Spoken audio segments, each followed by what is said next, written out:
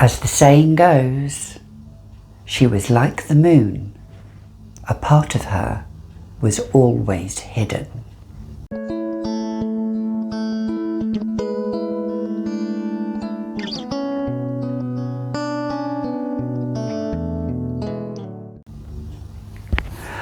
Hi, I'm Gabby and welcome back to another edition of The Fragrantician, where here on this channel we talk about nothing but fragrances. And if you're looking for fragrance reviews and fragrance reviews that are different, then you've come to the right channel. In today's edition we are talking about a vintage scent. A scent of the 1990s. Now that is not too far away. It's only, 25-30 years ago. But it is classed in perfumery now as vintage. Vintage is even 5 years ago. I mean, things go so quickly at a fast pace in this world. But today, it's all about this fragrance. I am talking about the sun, the moon and the stars. This little creation here. Look at this beautiful bottle, which sadly has been discontinued. You can still get it on the grey market, but look hard for it, like I did, because when it was first formulated in this frosted, I have to emphasise, frosted glass bottle. This is the original formula. It then was in a glass bottle, which was brought out by Coty. But this is a Karl Lagerfeld edition from Parfums International, which came out in 1994. And this bottle dates back to then. I was so lucky to procure a 100 ml. It's a 3.3 fluid ounce 100 ml. You can get it in a 30 ml and a 50 ml.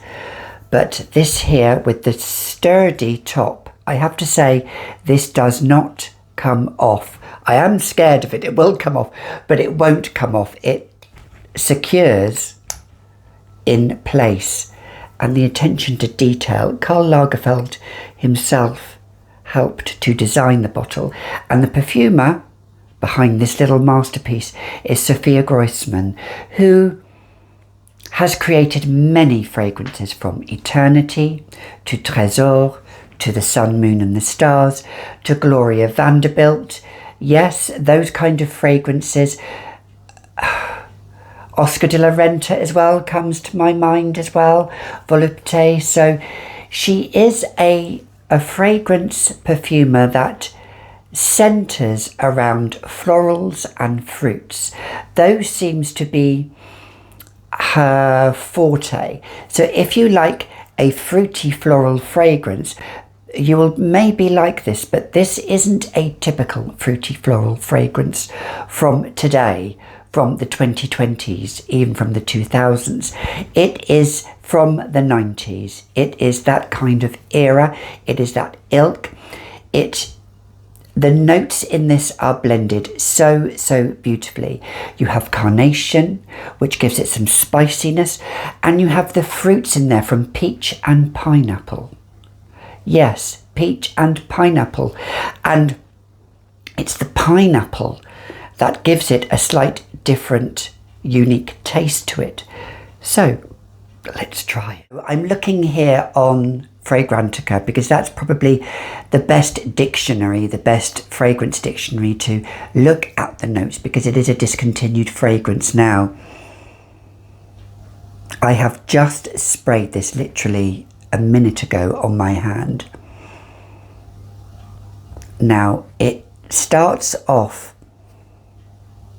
powdery and floral. You've got to like powdery floral scents, but there's some sweetness in there. This is so lovely, so comforting. Let's just look at the notes. So the accords, it says floral, powdery, sweet, fruity, vanilla, woody, warm, spicy, white floral, fresh and aromatic.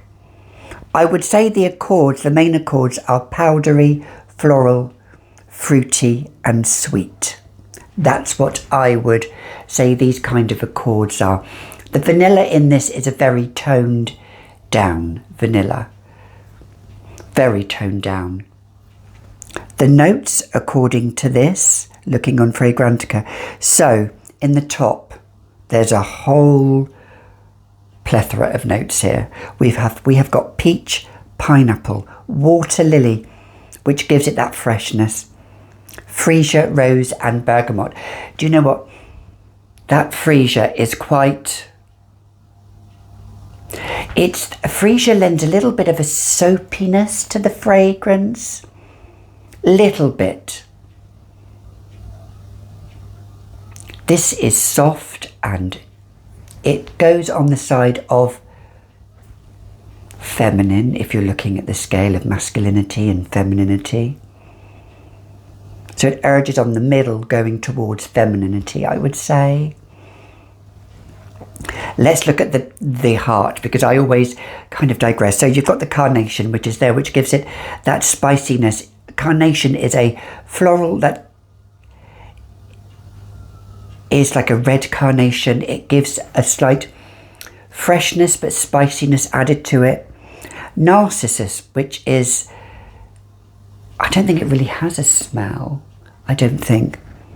Heliotrope, which gives it some powderiness.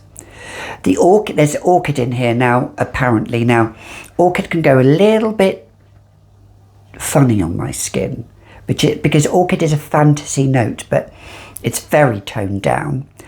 Orris, which gives it some powderiness. Jasmine, orange blossom and lily of the valley. I would say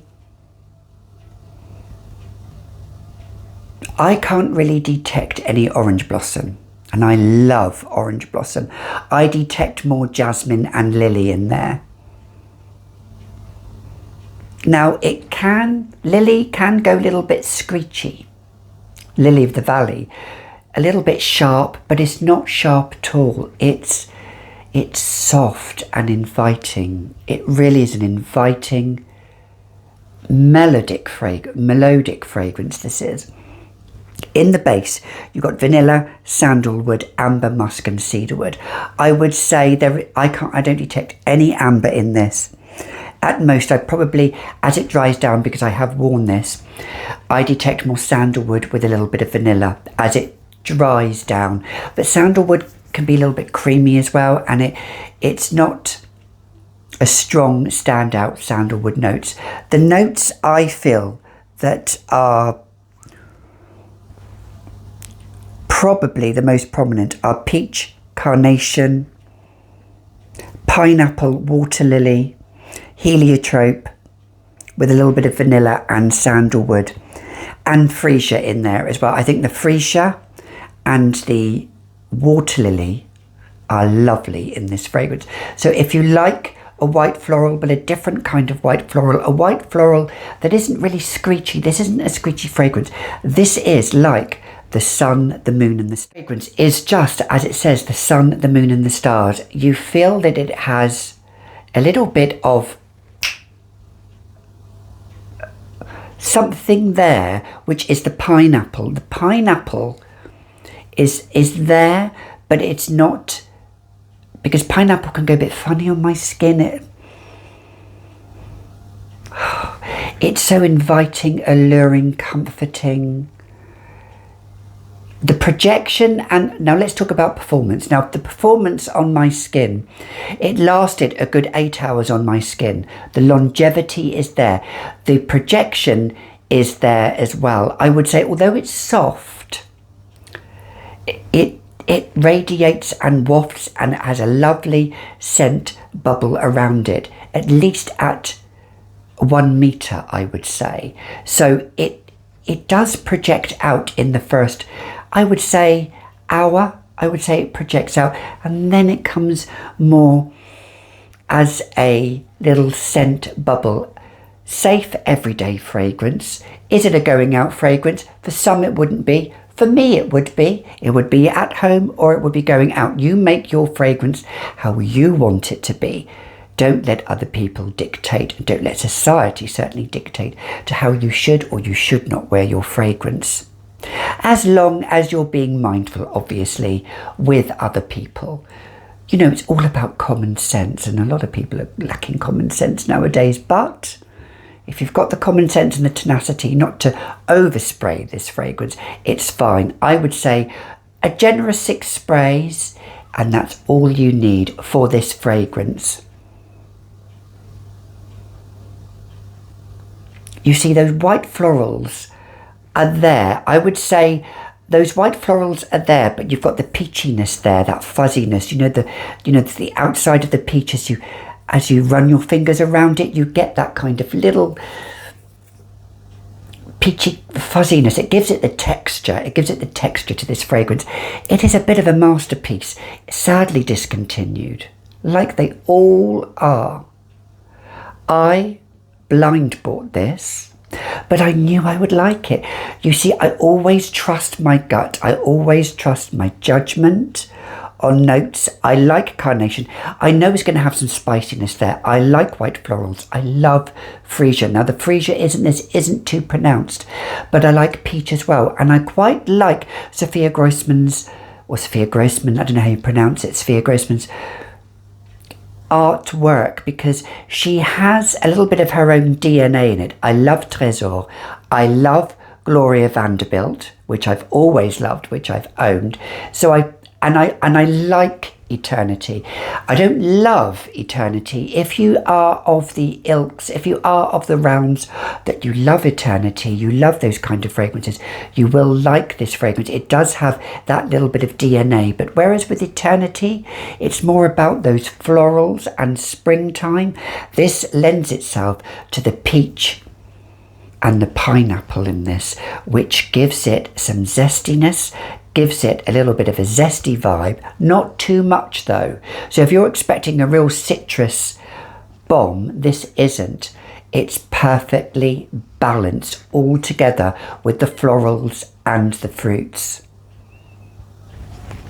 Beautiful, absolutely stunning. I'm so glad I own this bottle in my collection.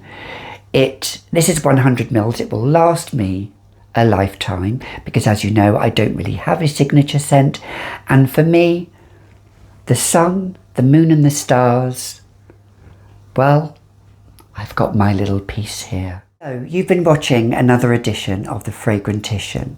Thank you for watching, and always remember, don't be fearful of the night, because in the night you can see the stars. Till next time, I'll see you in the next video.